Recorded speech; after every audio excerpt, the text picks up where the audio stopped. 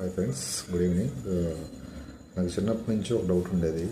అదేంటంటే 1000 అబద్ధాలు ఆడైనా ఒక పెళ్లి చేయమని అనే అనే సామెత ఉంది.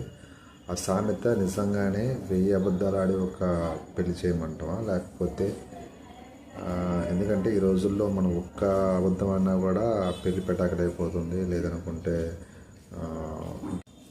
ఇంకేదైనా కారణం కావచ్చు. కానీ అది నిజానికి 1000 అబద్ధాలు ఆడైనా ఒక పెళ్లి చేయమంటాం అనేది నిజమైన సామెతేనా, లేదా దాన్ని మనం వాడుకలో దాన్ని ఏమన్నా మార్చామా అనేది మీలో ఎవరికైనా తెలిస్తే కామెంట్ చేయండి. అది ఖచ్చితంగా ఆ సామెత వచ్చి 1000 అబద్ధాలు ఆడైనా ఒక పెళ్లి చేయమనేది కాదు, కరెక్ట్ అయితే కాదు.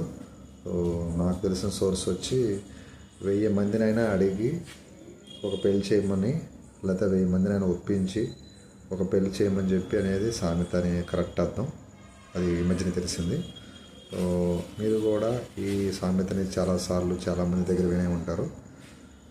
1000 అబద్ధాలు అయినా ఒక పెళ్లి చేయటం అనేది అసలు నిజంగా చేస్తే ఆ పెళ్ళి ఉంటుందా, లేదా పెటాకులు అవుతుందా?